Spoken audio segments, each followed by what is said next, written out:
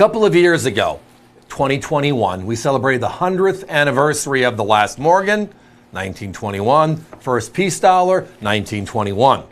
They made 175,000 of each Morgan, 200,000 piece, and good luck finding one, right? That was a lot of fun. We enjoyed ourselves. And today those coins are a couple $100 plus just to find one. Well, how about we get back in our time capsules here and go back to that actual origin story? Let's go back to the beginning. 1921, 1922, when these coins were the actual coins in circulation. And more so than ever, look at the grade and look at the price. We're talking about certified PCGS 63s. We have a limited number of 1921, the end of the era Morgan, and the 1922, the first full year of production on the piece.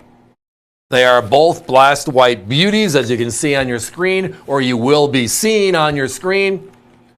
And the price tonight, and your choice, so you don't have to get both to get the price, we're at $69.95. That is special. But if you go back in our history, part of the reasoning is on the popularity of these coins, the original coins, and also the modern issues we've been making the last 3 years, is the fact that the largest silver coin ever to be put into circulation by the U.S. Mint was the Morgan and Peace dollar. They're identical in size and weight. The Morgan dollar, 1878 to 1904, 27 consecutive years. And then it was brought back in 1921 for one reason. We had leftover silver from the Pittman Act, helping the English with the silver certificate issue in India. And the peace dollar, which was agreed upon in principle, they couldn't decide on the design. And it was a very subtle change, and I'll get to that when we go through these again. But until they officially decided the design, they went back and started striking the Morgan dollar again to put the silver we got back into coinage, which is where it came from. Great story. It's a great read. Not a long read, but it's a great part of history and how our coinage impacts history, how our history impacts coinage. But the last Morgan was 1921. These Philadelphia issues, they made a lot. I'm going to get to the numbers. That's really deceiving.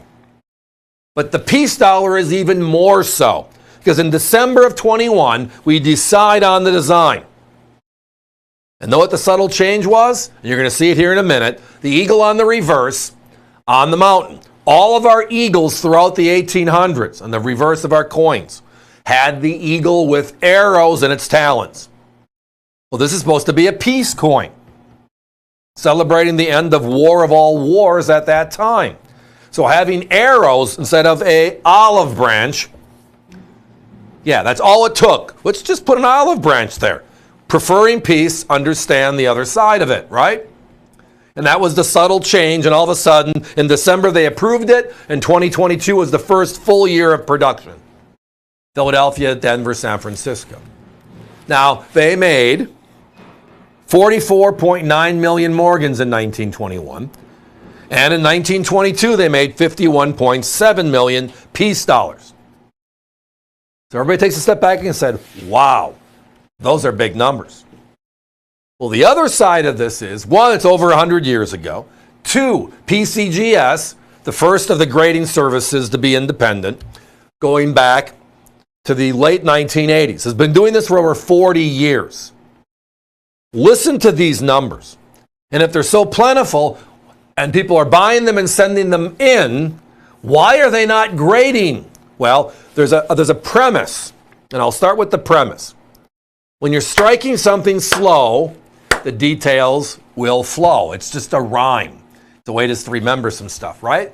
But when you're striking them fast, right, you're not going to have the detail necessary to be consistent. They were striking silver dollars because they needed to strike as many as possible, versus let's strike the highest quality as possible. You look at the silver eagles. Remember 2015, the largest silver eagle population, almost 50 million. How many 70s have you seen? How many 69s have you seen? It's one of the more valuable in the last decade. Because of that. They struck so many, the quality was so poor. Why would it be any different 100 years earlier when the machinery wasn't quite as good? So here are those numbers. 115,105 on the Morgan and 155,370 on the piece. Now my competition has both of these coins in the exact holder you're looking at, a PCGS 63. They're at $158 on the Morgan, and they're even higher on the piece, $175. We're give or take $100 less on both. But that's the value in our middle name, America's Value Channel, what we talk about here. Okay? Some other things to consider. One, how many Morgans did they make in 2021? 175,000. How many piece? 200,000. What do those sell for today? Because those are actually more available than this grade and higher from 100 years ago. And those are multiple $100 coins. But here's even a different spin. And it's just the bad information. And that's all it really comes down to. People think they know, but they sometimes just don't know all of the information. The more information you get, the better the decision can be, the better the conclusion can be. Look at the 81S, San Francisco's Holy Grail.